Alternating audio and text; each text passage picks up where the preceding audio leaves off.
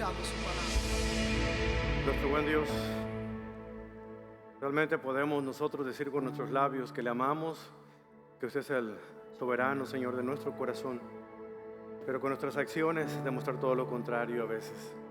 Las preocupaciones del día a día, las situaciones que pasamos, lo que oímos, vemos en las noticias, cualquier cosa nos distrae, nos hace pensar, Padre, que este mundo va en picada, va hacia abajo.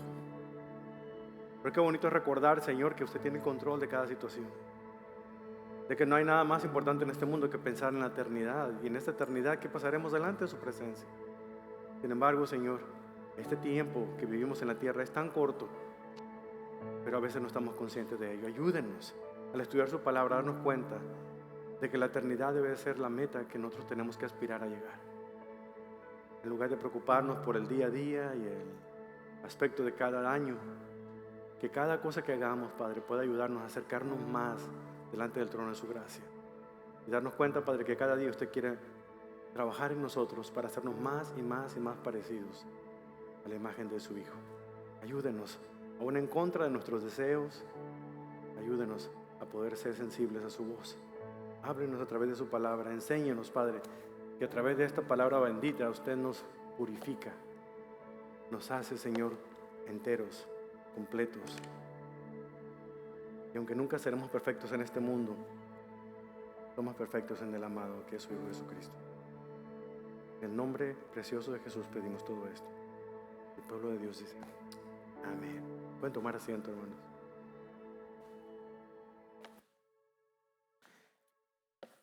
Si es la primera vez que usted nos visita en esta mañana, bienvenido. Gracias por haber hecho espacio para acompañarnos y venir a adorar al Señor de la manera como lo hacemos cada domingo en la mañana.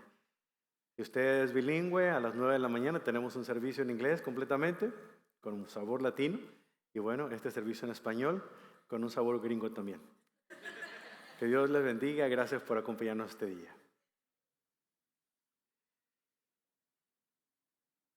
Una niña pequeñita era la primera vez que iba a una boda, a una ceremonia nupcial con su mamá.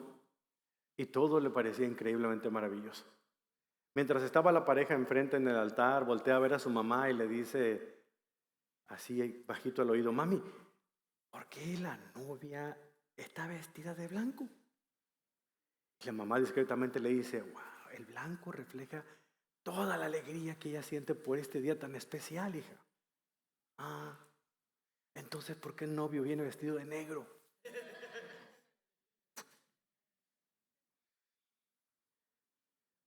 Como aquel marido que le estaba leyendo a su esposa las estadísticas que vio en un artículo de una revista y le dice: oye, mujer, fíjate lo que dice este artículo. Dice que las mujeres, para poder estar cómodas, tienen que hablar 30,000 palabras diarias. A diferencia de los hombres, que nada más hablamos 15,000. La esposa responde: claro, sí creo que tenemos que repetir a los hombres las cosas 2 veces para poder que entiendan. A lo que el hombre responde: ¿qué dijiste? Con estas dos anécdotas es un abrebocas nada más para decirles del tema en que voy a hablar con ustedes. Voy a hablar acerca del matrimonio. Pero no del matrimonio que usted está pensando. No del matrimonio que está bajo ataque en este momento en la sociedad en la que vivimos, en el mundo. Voy a hablar de un matrimonio a nivel espiritual, de la unión maravillosa de Cristo y su amor que tiene por su novia, su esposa, que es la iglesia. Y voy a hablar acerca de su devoción, del sacrificio, de la entrega, de esa pasión que no tiene rival,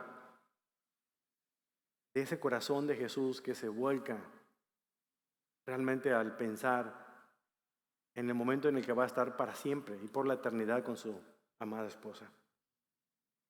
Lo que hace un sermón como este especial para mí en lo personal es que hemos estado hablando de las diferentes metáforas de la iglesia. Y esta es una de esas metáforas de la relación que hay entre marido y mujer, como esposos cristianos, en la relación que hay de Cristo con su propia esposa, entre comillas, la esposa de Cristo, que es la iglesia. Y saber que la iglesia la formamos tú y yo. Como hijos e hijas de Dios, somos parte del pueblo de Dios. Así es que si Cristo tiene un amor tan apasionado por su esposa, la iglesia, qué hermoso es pensar que Él tiene un amor apasionado por ti y por mí. Nos ama así como nos encuentra. Pero nos ama lo suficiente para no dejarnos como nos encontró. Por su gracia nos va perfeccionando cada día. Y si le dejamos, logrará Él en nosotros cosas que ni siquiera nos imaginamos. Y nos veremos de tal manera como Dios nos ve. La iglesia es el pueblo de Dios. La iglesia no es el pueblo de Israel. La iglesia es todo creyente, ya sea judío o no judío, que ha creído en nombre de Jesucristo, es parte de esos que son llamados afuera. Es el término, lo que eclesía significa en griego, que es el término para iglesia. Los que son llamados con un propósito.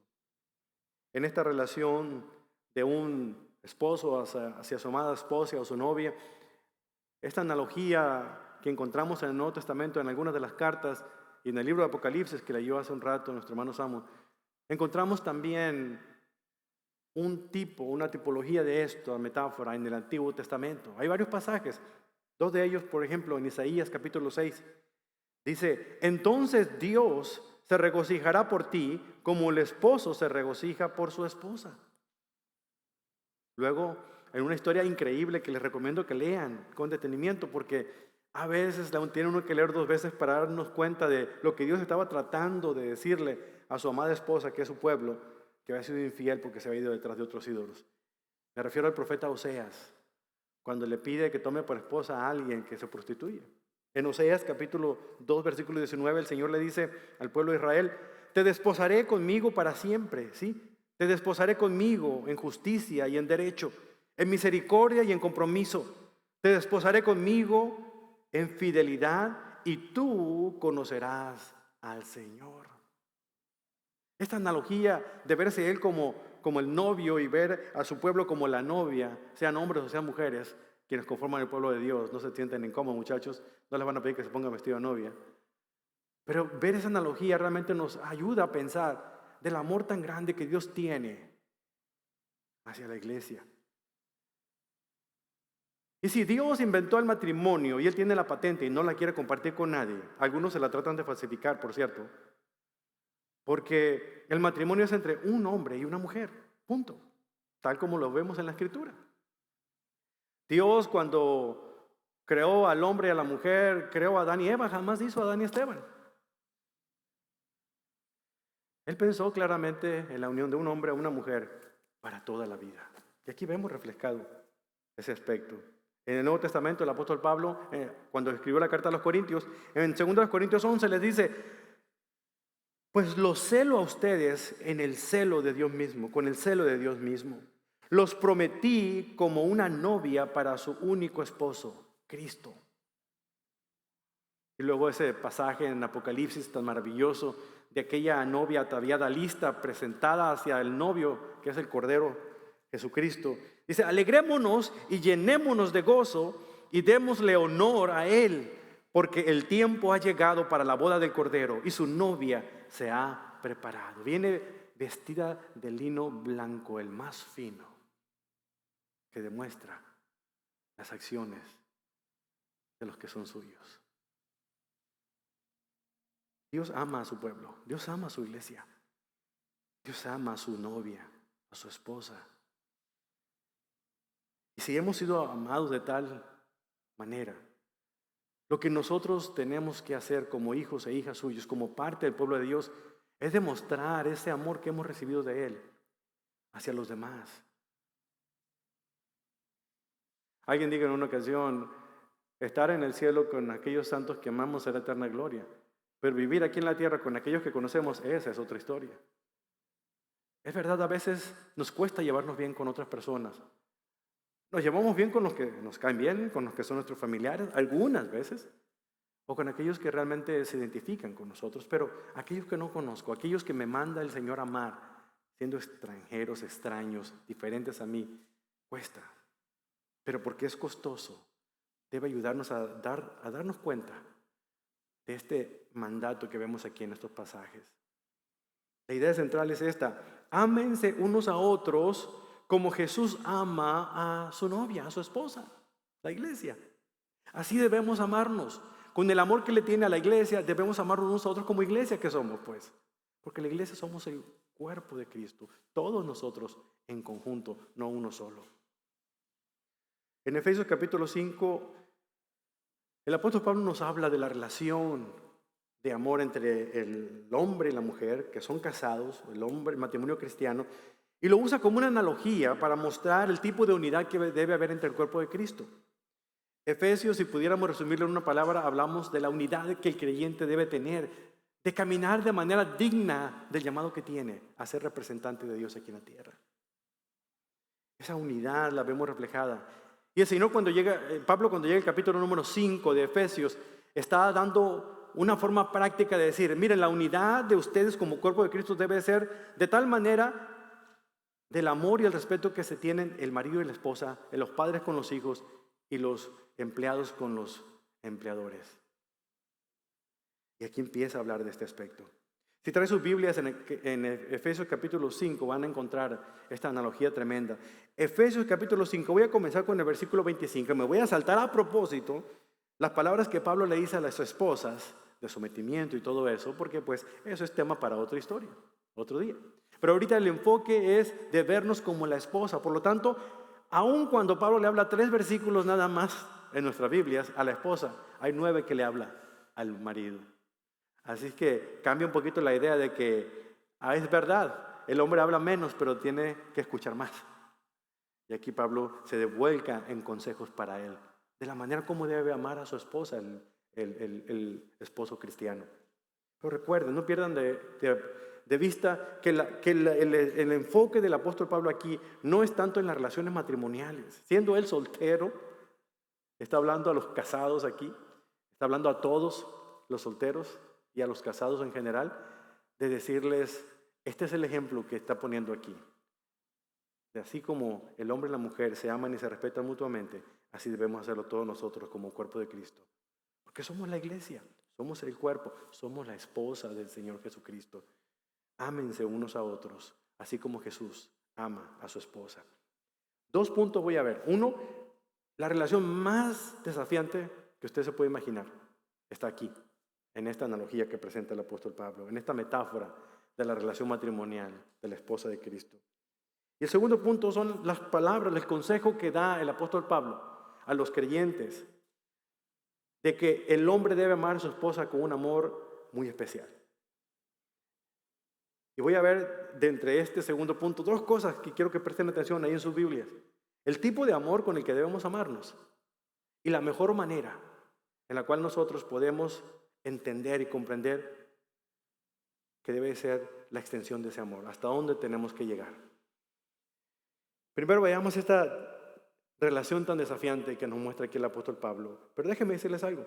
Este consejo que Pablo le da a los esposos, a los cónyuges, lo explica de una manera tan clara en la relación matrimonial. En la relación entre un hombre y una mujer, presentando la analogía de Cristo y la iglesia como su pueblo. Comentarista bíblico, el doctor Allender y Longman, escriben en uno de sus libros llamado Aliados Íntimos lo siguiente: el matrimonio no es algo destinado a representar a Dios. El matrimonio está destinado a representar a Dios aquí en la tierra. Su perfecta relación consigo mismo y con su pueblo. La relación que él mismo tiene con la deidad, es decir, Dios Padre, Dios Hijo y Dios Espíritu Santo, y la relación que tiene con su pueblo es lo que se ve. Podemos, dice el autor, podemos revelar a Dios por la forma en que amamos a nuestros cónyuges. ¿Se dan cuenta? Cuando vemos en el versículo número 32 de Efesios 5, dice Pablo que es un misterio. Pero no es misterio la relación matrimonial, sino el misterio que hay en que Dios está usando al matrimonio como un ejemplo para mostrar el amor tan especial que tiene Cristo por su esposa, la iglesia. Por eso es una relación enteramente desafiante, como vemos aquí. En el versículo número 21 vemos el punto fundamental de todo el capítulo, algo que es como si fuera una bisagra de lo que está del versículo 1 hasta el 20 y de lo que está del 22 hasta el 32. Es como una bisagra porque resume la manera como el cristiano debe conducirse en la casa de Dios, en el pueblo de Dios, con otros creyentes. Y dice que debe haber sometimiento mutuo. Y empieza a dar ejemplos del sometimiento mutuo cuando empieza a hablar a la pareja matrimonial. Y aquí dice en el versículo 21, sométanse unos a otros por reverencia a Cristo. El sometimiento es mutuo. El amor debe ser mutuo. Pero habla muy específicamente acerca del amor. Y déjame explicarles por qué. Porque en la historia antigua del Imperio Greco-Romano, la manera en la cual las relaciones en el hogar se daban, se llevaban a cabo, eran muy particulares. El jefe de la casa, la cabeza de la casa, en este caso el marido, tenía ciertas responsabilidades, era la autoridad del hogar. Y todos, no solamente la esposa, sino los hijos y los empleados, tenían que someterse a sus designios. En muchos de los casos abusaba de ellos. Él podía matar a uno de sus esclavos y nadie podía condenarlo. Deshacerse de su hijo, de esposa, nadie. Él era la autoridad en ese aspecto. Pablo aquí está presentando algo que es contracultural. Les está diciendo a los maridos: amen a sus esposas. Ellos debían ser los receptores del amor, de la devoción y del temor y la reverencia que les debían dar a aquellos que estaban subyugados a él. Pero no se esperaba de alguien que era jefe de la casa que hiciera eso. Aquí Pablo está diciendo: ustedes, hombres, van a demostrar el sometimiento a Cristo de la manera en cómo aman a su cónyuge, a su esposa. Aquí les está diciendo: maridos, amen de manera incondicional a sus mujeres. Esposos, amen a sus esposas, así como Cristo amó a su iglesia. Versículo 5. El amor es la parte esencial de la fe cristiana. El amor revela lo que Dios ha hecho en este mundo a través de Cristo, porque por amor lo envió para poder rescatar, para poder salvar, para poder traer de nuevo lo que se había perdido a una relación cercana con Él. Cuando vemos en el libro de Génesis, vemos la manera tan especial que Dios hizo al crear todo lo que existía en este planeta. Llega el hombre y por primera vez dijo que no era bueno la soledad del hombre, pero luego hace para él una ayuda idónea, no idónea, sino una ayuda perfecta, el complemento ideal. Lo que le faltaba al rompecabezas de Adán, la última pieza para completarlo, esa era la mujer, era su ezer, una palabra hebrea que Dios utiliza en muchos casos para Él mismo. Dios es mi amparo y fortaleza, Dios es mi ayuda. Esa palabra la utiliza para referirse a la mujer, para que vean lo especial que es para Dios el traer a un hombre y a una mujer, cuando vemos en Génesis capítulo 1. Maravillosamente. Por lo tanto, como hombres debemos tener cuidado en menospreciar ese regalo maravilloso que Dios nos da, y debemos valorarlo de manera como Dios espera que lo hagamos. Es el ejemplo que Dios nos da a nosotros en Cristo, por lo que Él fue capaz de hacer por su iglesia. En Filipenses 2 vemos cómo Él se despojó a sí mismo de quien era, del Rey de Reyes y Señor de Señores que era. Sentado en el trono, vino a este mundo, se puso en la forma de un ser humano, se convirtió en un ser humano, si ustedes quieren, se encarnó y vivió una vida como ser humano, pero jamás dejó de ser Dios. Hizo a un lado sus privilegios, sus prerrogativas de ser tan poderoso como Dios mismo, y vivió una vida como ser humano para mostrarnos el camino de regreso al Padre. Se humilló a tal grado que fue capaz de ir a la peor de las muertes, la más humillante de todas, la muerte de la cruz, que era reservada únicamente para los criminales. Así murió el Señor, por amor a su Padre y por amor a quienes Dios ama tanto, a su iglesia, a su esposa, a ti, a mí. ¿Te das cuenta? No te preguntes cuando te mires al espejo: a mí nadie me quiere. Porque esta mañana tú tienes que darte cuenta de una cosa: tú eres valioso delante de los ojos de Dios. Eres amado en el amado que es Cristo Jesús. Y por amor a su Hijo te ha aceptado a ti, te ha salvado, te ha redimido y ahora te tiene a ti en un lugar muy especial como su esposa dentro de este cuerpo que es la iglesia. La palabra amor que utiliza aquí el apóstol Pablo es una palabra muy especial. Nosotros en español tenemos 3 palabras para decir que nos queremos algo: amar, querer y gustar. Gustar es, si veo una muchacha que me cae bien, me gusta, pues digo que me gusta, ¿verdad? Y la quiero como mi novia es cuando hago un movimiento y me acerco a ella. Pero cuando la amo es porque tengo una convicción firme de que realmente siento ese amor. En el inglés, la palabra amor tiene muchos matices. Decimos que amamos a la esposa, decimos que amamos mi coche, decimos que amamos a mi perro. Y no hay una distinción entre los niveles. El griego, que es lengua romance, así como el español, define 3 palabras, al menos 3, en el Nuevo Testamento para referirse al amor. Una es el amor filial, amor de familia, amor de amigos. Me gusta, me cae bien. El otro es el amor eros, que es un amor más íntimo, un amor que se extiende en la relación íntima, tan personal como en la relación sexual. Y por último, la palabra que Pablo usa aquí es el amor ágape. Un amor incondicional, un amor indivisible, un amor que es capaz de sacrificar quien uno es, el bienestar de uno, para poder satisfacer el bienestar de la otra persona. Ese es el tipo de amor que Pablo está diciendo que los esposos le deben de expresar a las esposas. Y de ahí, por el contexto que vemos en la carta de los Efesios, es el amor que nos debemos demostrar unos a otros como cristianos. Si verdaderamente somos hijos e hijas de Dios, es el amor que debemos demostrarnos unos a otros. Por lo tanto, ¿cuál es ese tipo de amor? Hay dos aspectos aquí. Uno, el tipo de amor del cual Dios está hablando aquí. Versículo 25. Para los esposos, esto es: ame cada uno a su esposa como Cristo amó a la iglesia. Amar, ese profundo amor, un amor que es sacrificial, un amor que es un amor ayudador, un amor que es honorable, un deseo, un amor que es transformador, un amor que es perdonador, lleno de gracia. Pablo está utilizando, yo utilicé muchos calificativos para un pequeño versículo, para que ustedes logren comprender la magnitud de lo que es el amor ágape de Cristo hacia la iglesia.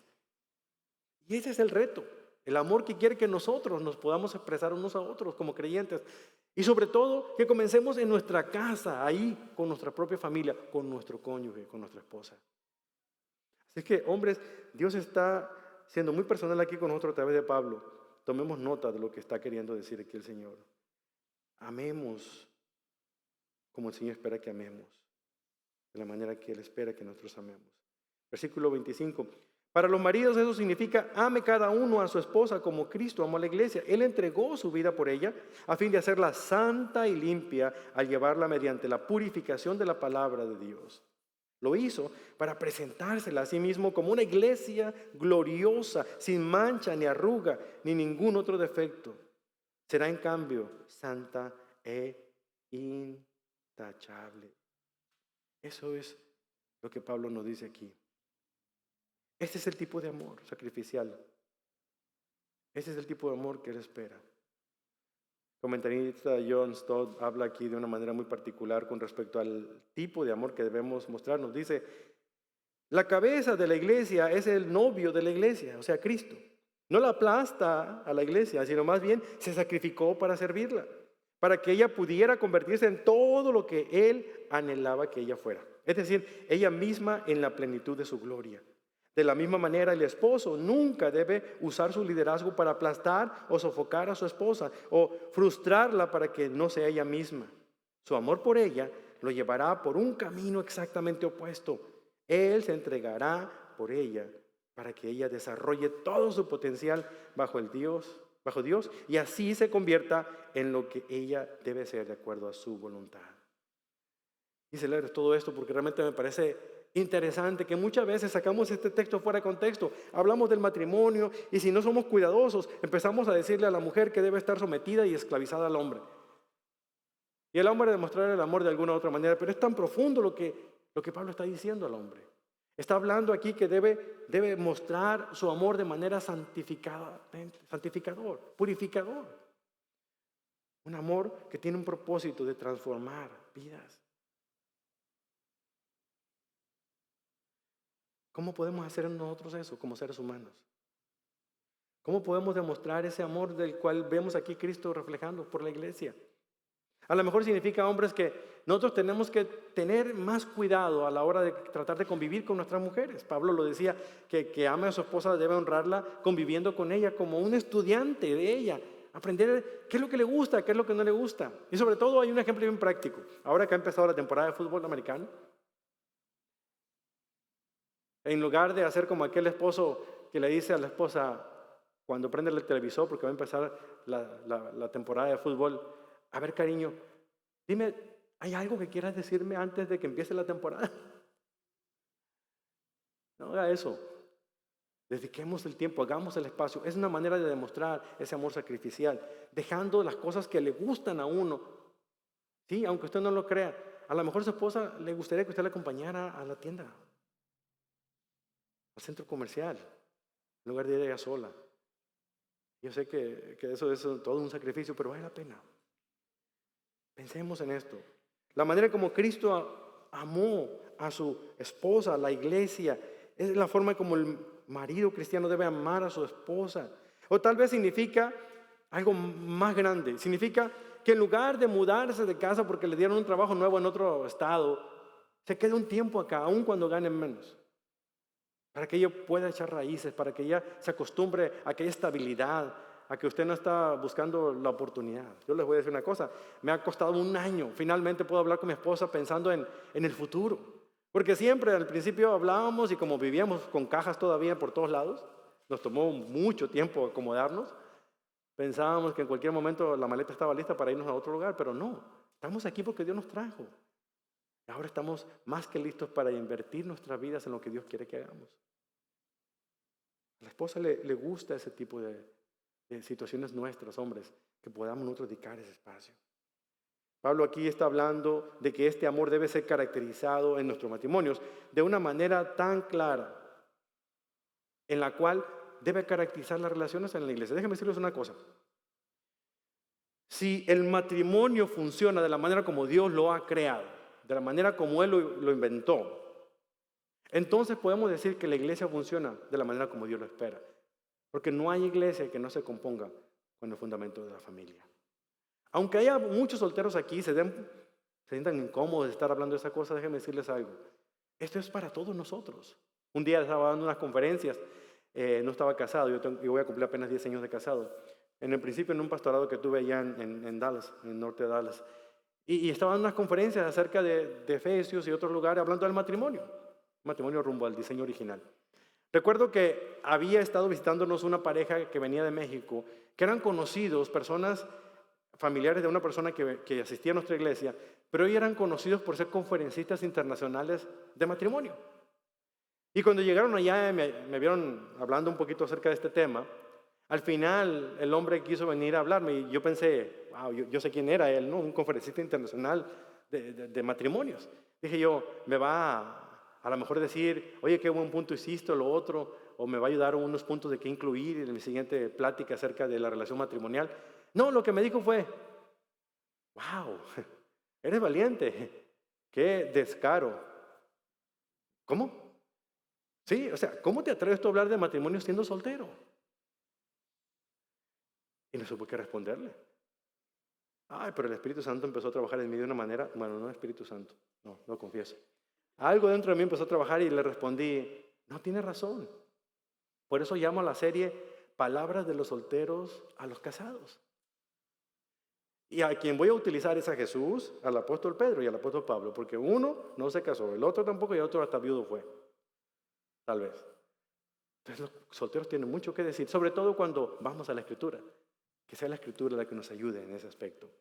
Por lo tanto, el hombre debe amar a su esposa de manera sacrificial, debe amarla de manera transformadora, que la ayude a ella a ser lo que Dios ha planeado que sea, que se la presente.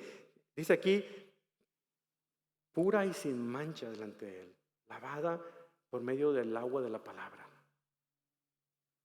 En la ceremonia del desposamiento judío, en la antigüedad, el esposo, cuando le proponía matrimonio a la esposa, cuando había el desposamiento, no vivían juntos como aquí cuando le entrega el anillo de compromiso y ya empiezan ellos a poner la fecha del matrimonio y cada quien está en su casa, ¿verdad? No, allá ya estaban casados, por eso ya podían llamarse marido y mujer. Ya habían corrido las amonestaciones en el pueblo, ya estaban anotados sus nombres ahí en la sinagoga del pueblo. Ya sabían que María le pertenecía a José y que José le pertenecía a María, por decirlo así. Aun cuando no estuvieran casados, viviendo en la relación y tuvieran consumado su matrimonio. El hombre llegaba, le daba el anillo y le prometía que iba a cumplir con ella y le entregaba una dote al papá de la novia y le decía, este es como un compromiso, como una especie de arras, como una especie de anticipo simbólico de que yo voy a cuidar de su hija. Y empezaban a hablar sobre eso y la comunidad lo sabía y festejaban.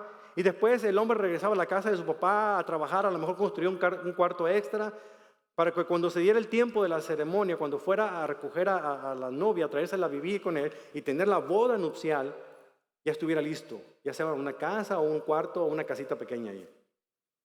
Interesante cómo esta analogía se da. El día anterior a la boda, la novia se preparaba, se ataviaba, se lavaba de una manera ceremonial, se perfumaba. En muchos de los casos no sabía exactamente cuándo el novio iba a llegar, así es que varios días antes estaba preparándose para que cuando no llegara no la encontrara desprevenida. Este tipo de imagen es lo que Pablo tiene aquí cuando usa esta analogía de la relación matrimonial, sobre todo cuando habla de la esposa de Cristo. Jesús en su muerte y resurrección, Él pagó un precio muy alto por esa novia, por esa esposa con la cual había sido desposado. Él la lava a ella mediante de su propia impureza, de su pecado, por medio de su propia palabra, al mostrarle las palabras del Evangelio, la buena noticia, lo que Él fue capaz de hacer por ella, cuando ella confía en Él. Dios ha tomado a gente imperfecta, pecadora, como esta esposa que es la iglesia, para hacer algo mejor de ella, por medio de esa transformación de su propia palabra, de cambiar su manera de pensar. Así que hay un propósito en ese tipo de amor sacrificial, en ese amor santificador que tiene Dios para su esposa, el amor que tiene para nosotros como su esposa en Cristo. Él nos anima a nosotros a seguir creciendo intelectualmente, pero también en la manera en cómo nos desarrollamos como individuos, cómo nos amamos unos a otros. De la misma manera en que Cristo ama a su iglesia, nosotros tenemos que procurar amarnos unos a otros, comenzando pues en el hogar. Finalmente, el amor que demuestra Cristo es un amor lleno de gracia, un amor perdonador. Aquí en el versículo 26 encontramos, se la presenta a sí mismo santa, sin mancha, sin falta. Amar como Cristo ama, hermanos, varones, es abrazar la gracia, es mostrarle esa gracia de una manera en la cual no tiene ya que ajustarse a nuestro estándar de perfección para que nosotros la amemos más. Dios nos ama tal como somos, nos ama lo suficiente para no dejarnos como nos encuentra. Y eso tenemos que verlo con esta claridad. Aquí vemos pues de la manera como honra a su esposa, reconociéndola como un regalo maravilloso de Dios, así como lo hizo Adán con Eva cuando finalmente después del sueño en el que estaba trajo a Eva y ve a Adán a Eva y grita y dice, wow, tal como me la recetó hoy, doctor. Esta es la palabra como creo yo que debes de leerse ese pasaje. No, esto es ahora hueso de mis huesos y carne de mi carne. Eso no tiene mucho énfasis. Así, ella es lo que yo más necesitaba. Pero ella es coheredera, como dice el apóstol Pedro, de las glorias eternas junto con nosotros. Ambos reflejamos, hombre y mujer, la imagen de Dios. El amor por la esposa debe ser un amor perdonador, purificador, santo. Luego vemos en el versículo 28 que el amor hacia la esposa debe mostrarse de una manera bien clara, bien práctica. Dice, así como ustedes aman a sus propios cuerpos, así deben de amar a su esposa. La vez pasada hablamos de que el cuerpo de Cristo, la iglesia, tiene como cabeza a Cristo. Y aquí hay una analogía muy similar que Pablo utiliza. Está diciendo que así como Cristo es la cabeza de la iglesia, el esposo es la cabeza de la esposa. No para enseñorearse, ni para dominarla, ni para ejercer una autoridad malévola sobre ella, sino para realmente ser un siervo líder que pueda, por medio de su servicio y su amor, su entrega, hacer de ella lo que Dios quiere que ella sea, animarla, mostrarle ese cariño tan especial. Así como ningún ser humano, en este caso los hombres, por más descuidados que seamos con nuestro cuerpo, lo sustentamos, lo alimentamos, lo cuidamos. Dice, así también ustedes como cabeza del cuerpo que es su esposa, deben cuidarla, sustentarla, protegerla y animarla. Debemos ser cuidadosos de esa relación. Ningún hombre que ha sido salvado, sanado, santificado por Cristo, tiene ninguna razón para no respetarse a sí mismo, mucho menos para no respetar a su esposa.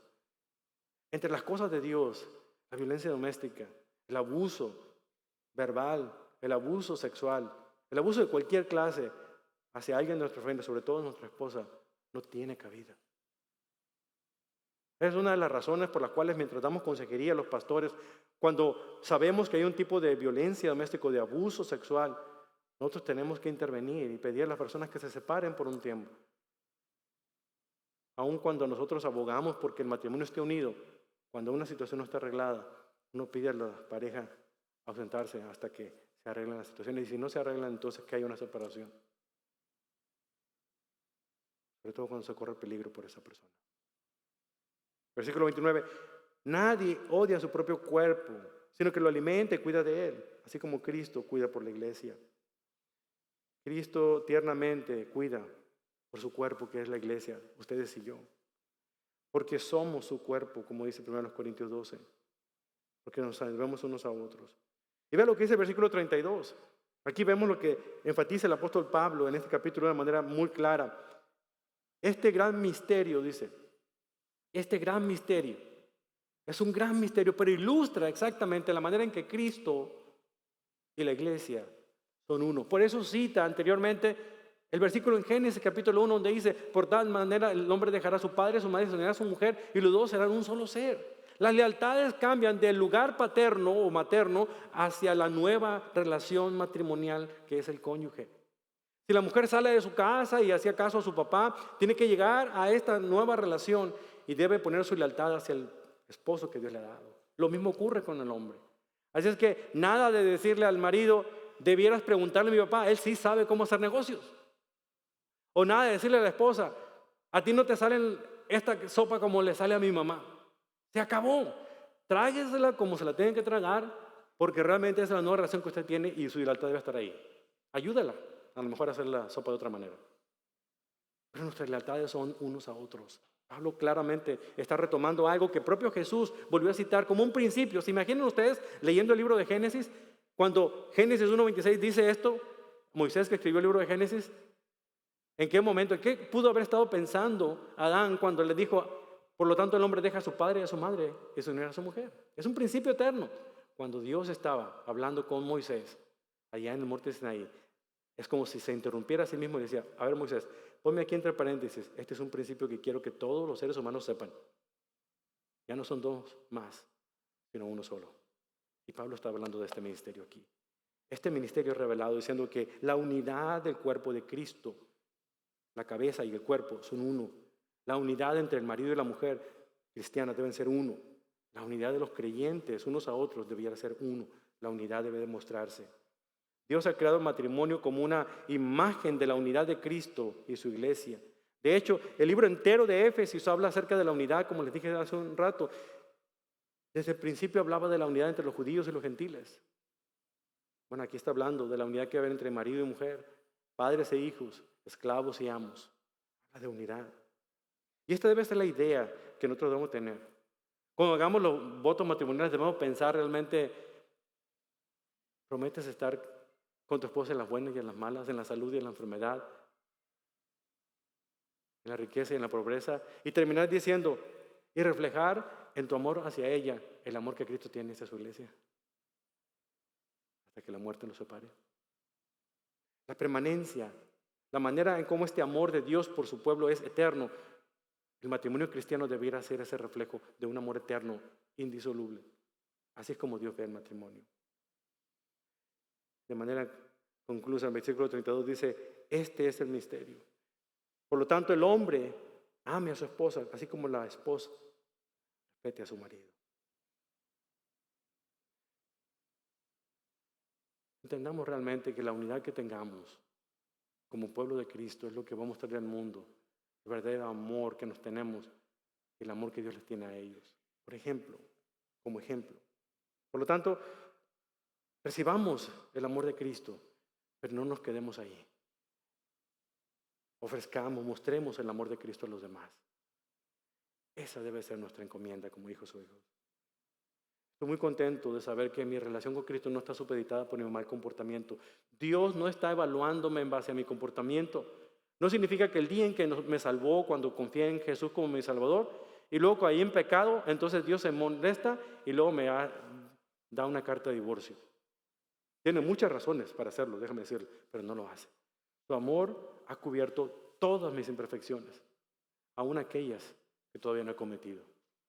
Por eso se llama gracia. Gracia es recibir algo del Señor que no merecemos. Es el favor inmerecido de Él. Aquellos que jamás podremos pagarlo. Entendamos, si alguien nos ama de esta manera, ¿Por qué entonces yo me menosprecio a mí mismo? ¿Por qué me miro al espejo y digo, ojalá yo fuera como fulanito, manganito de tal? ¿Por qué no me acepto como soy con mis dones, con mis talentos como los tengo? ¿Por qué pretendo compararme con los demás cuando Dios me ha hecho a sus ojos perfecto, perfecta? Y ahí tenemos que darnos cuenta de esto. Jesús nos ama, nos atesora, nos cuida, nos presenta delante de Él de esta manera.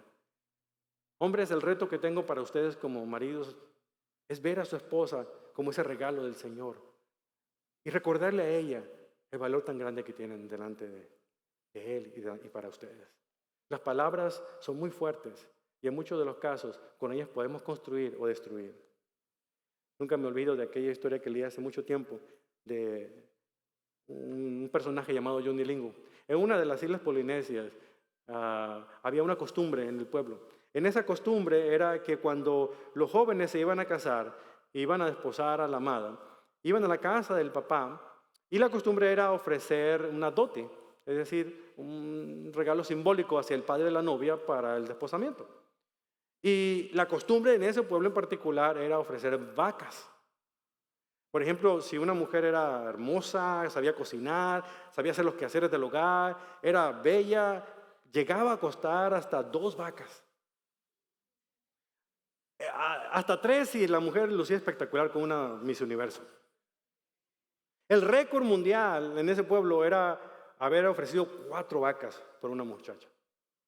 Entonces Johnny Lingo, que era famoso por ser tan especial y particular, muy guapo, de mucho dinero, obviamente había muchachas en el pueblo que se morían por querer estar casadas con él. Él anunció que iban a buscar esposa. Y llegó a la casa precisamente de una muchacha llamada Lisa. Y era algo bien particular porque Lisa era el tipo de muchacha que, como diríamos en mi pueblo, estaba feíta. No estaba muy agraciada, que digamos. Flaca, flaca como una escoba. Tenía un ojo medio visco. Apenas podía oír y caminaba medio rengueando a veces. Pelo desaliñado. Entonces llega a la casa, toca la puerta y sale el papá de Lisa y le dice, vengo a ofrecerle la dote porque quiero casarme con su hija. ¿Qué? Ay, muchacho, dice, si yo desde años tengo queriendo ofrecerla y les pido a la gente que me den hasta una vaca con 3 patas, pero nadie quiere. Pues yo sí quiero casarme con ella. Bueno, pues está bien. ¿Cuánto vas a ofrecer? Dice, ¿una vaca? No, voy a ofrecerle 8 vacas. ¿Qué? ¿Estás loco, muchacho? ¿Cómo crees? Una es suficiente. ¿Estás seguro? Sí. No, sí, 8 vacas quiero. No hay devoluciones. Salida de la mercancía, no hay devoluciones. No, está bien. Entonces se empieza a correr el rumor y todo el pueblo estaba sorprendido por la locura de este hombre, Johnny, de cómo se ocurre ofrecer 8 vacas por una muchacha que ni valía ni una con 3 patas. No podían creer. Se casaron, se la llevó a vivir a otra isla cercana y pasado un año, el aniversario, regresaron a visitar a la familia del papá y todo el mundo estaba intrigado de saber cómo estaba la relación, si acaso seguían juntos, a lo mejor ya se divorció, qué sé yo. Y cuando los ven llegar y desembarcar de la lancha, el yote en el que llegaban, la gente quedó impresionada y se corrió el rumor por todo el pueblo. La mujer que vieron al lado de Johnny Lingo no era la mujer, aquella Lisa que conocían, flaca como una escoba, medio visca y sorda. Era una mujer despampanante, toda una Miss Universo, bella, con una cabellera impresionante como la de los anuncios del champú que vemos en la tele. Imagínense. Y no lo podían creer. Entonces la gente empezó a pasar. Uno de los mejores amigos de Johnny habla con él, le dice, Johnny, tengo que preguntarte algo.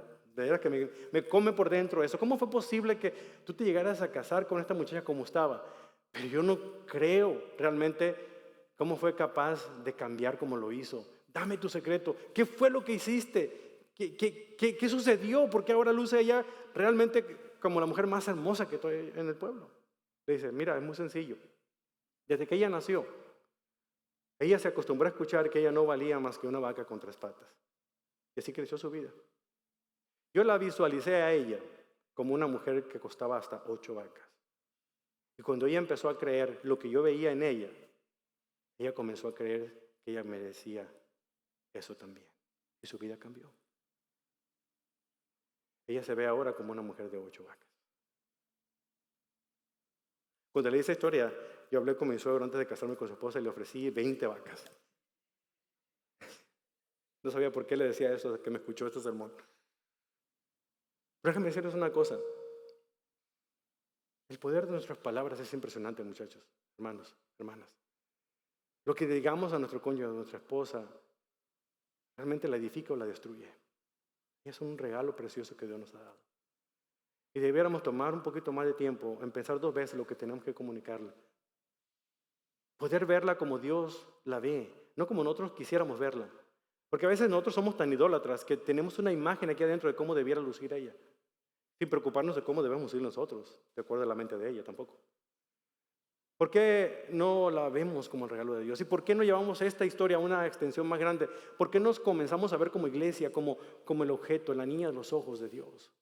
Dios ama a esta iglesia. La ve como la ve y se muerde de amor apasionado por ella. Él la demostró ese amor a través de Cristo y ahora quisiera verla de una manera tan espectacular, reflejando ese amor unos a otros que nos tenemos. Piénsalo la siguiente vez que usted empiece a criticar la iglesia. No diga como aquellos, amo a Cristo pero no me gustan los cristianos. Es como si me dijera a mi pastor Carlos, me cae usted bien, pero su esposa no la puedo pasar. No se puede, ¿verdad? Si lo dice mi suegra, se lo paso, pero a mi esposa no.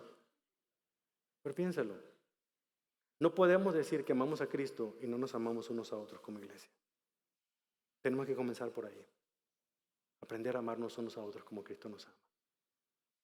Quiero invitarles a reflexionar en esto, a orar. Invitarles a que se vean a sí mismos de esta manera. Escucharon un canto maravilloso hace un rato que habla de cómo nosotros debemos de buscar más del Señor, de entregarnos a Él, de que Él haga más en nosotros para poder ver nosotros como Él nos ve. Bueno, es nuestra manera de comenzar. Yo les reto a ustedes como hijos, como hijas de Dios, que comiencen a verse de esa forma. No para que se sientan orgullosos de ser el objeto del amor del Señor, no. Para que se sientan comprometidos y obligados a que así como nos ama el Señor, nos ha dicho que con el amor con que nos ha amado debemos amarnos unos a otros. Esa es la razón fundamental por la cual muchos creerán en Cristo. ¿Me has escuchado decirlo esto? Me vas a escuchar decirlo otra vez más. Tal vez tú seas la única Biblia que la gente va a leer allá afuera. Pero la Biblia no se comunica nada más con palabras. La Biblia se comunica con los hechos. Como Pablo lo dijo, como Juan lo dijo en Apocalipsis, ese color blanco que la novia trae muestra ese lino maravilloso, purificador en las obras de sus hijos. Cuando nos amamos unos a otros, practicamos la mejor teología que podíamos imaginar.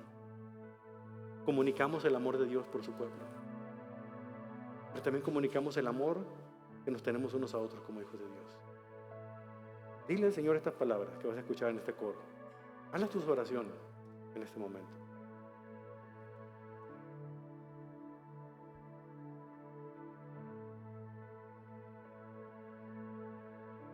Póngase de pie un momento. Cante con ese volumen. Dame un corazón rendido solo para ti, mi Dios. Oro y plata, todo es tuyo. Quiero más de ti. Cantemos juntos. Dame un corazón rendido solo para ti, mi Dios. Oro y plata, todo es tuyo. Quiero más. Una vez más, dame un corazón. Dame un corazón rendido solo para ti, mi Dios. Oro y plata, todo es tuyo. Quiero más de ti.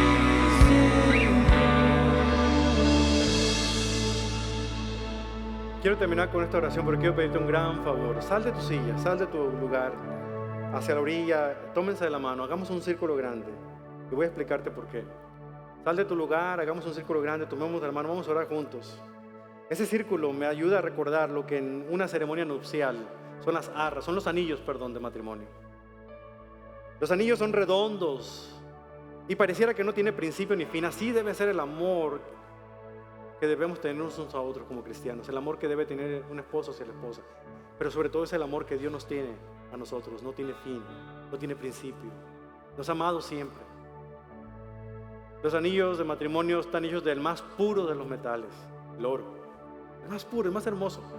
Así de puro es el amor de Cristo hacia su iglesia, así de puro es el amor del hombre hacia su esposa, así de puro debe ser el amor que tenemos los hijos de Dios. Finalmente, ese anillo es un símbolo maravilloso que nos ayuda a nosotros a recordar algo fundamental. Es una señal externa de algo que ha ocurrido, de una unión espiritual, una relación de pacto. Con ese anillo se sellaba un pacto en aquel tiempo, en la antigüedad. Dios sella su pacto con su pueblo diciéndole: con amor eterno te he amado. Y el anillo significaba la forma de sellar el pacto. El anillo significa en una pareja matrimonial lo que ya el mundo ve. Cuando una persona ve el anillo matrimonial, sabe que la persona es casada o no. Algunos se lo quitan y creen que con eso ya dejan de estar casados, pero no es así, ¿verdad? Bueno, para nosotros los cristianos, nuestro símbolo externo debe ser el servicio mutuo, servicio de interesados, lo que hagamos unos por otros. Tenemos que empezar a demostrarle a la comunidad de aquí de Bryan Gold Station que estamos aquí por el amor que tenemos a Dios, por el amor que nos tenemos unos a otros. Porque con amor eterno nos ha amado y Él espera que nos amemos nosotros. Oremos y pidámosle al Señor fuerza y sabiduría, no solamente para recibir su amor, pero para ofrecer ese amor a los demás. Bendito Dios, gracias. Gracias por su maravillosa gracia que nos alcanzó donde nosotros estábamos. Nos encontró sin saber que estábamos perdidos. Nos salvó sin saber que estábamos en peligro de muerte eterna. Nos trajo a sí mismo y nos purificó por medio de su palabra santa. Nos hizo sus hijos, su familia, su pueblo, su sacerdocio real, santo, su templo y ahora su esposa. Gracias por ese amor tan grande que nos ha mostrado a través de Cristo. Ahora permita que ese amor que Cristo demuestra a nosotros, a su iglesia, no se quede solamente en mi corazón, que pueda ser un amor que se extienda hacia afuera, que pueda reflejarse a otros creyentes aquí en la iglesia, pero sobre todo a otros seres humanos, que realmente lo dice su palabra. De tal manera amó Dios a este mundo que ha dado a su Hijo unigénito, para que todo aquel que en él crea no se pierda, mas tenga vida eterna. ¿Y cómo sabrán que Dios, usted los ama, Padre? Con el amor que tenemos unos por otros. Que seamos la oración contestada de Jesús en Juan 17. Amémonos unos a otros con amor especial. En el poderoso nombre de Cristo Jesús. Amén. Denle un aplauso fuerte al Señor por su amor tan grande. Y al salir de este lugar, nunca se olviden que aunque estemos lejos de este templo, nunca estaremos de la presencia de Dios. Salude a una persona que no conoce y preséntese con ella. Que Dios le bendiga. Vayamos en paz.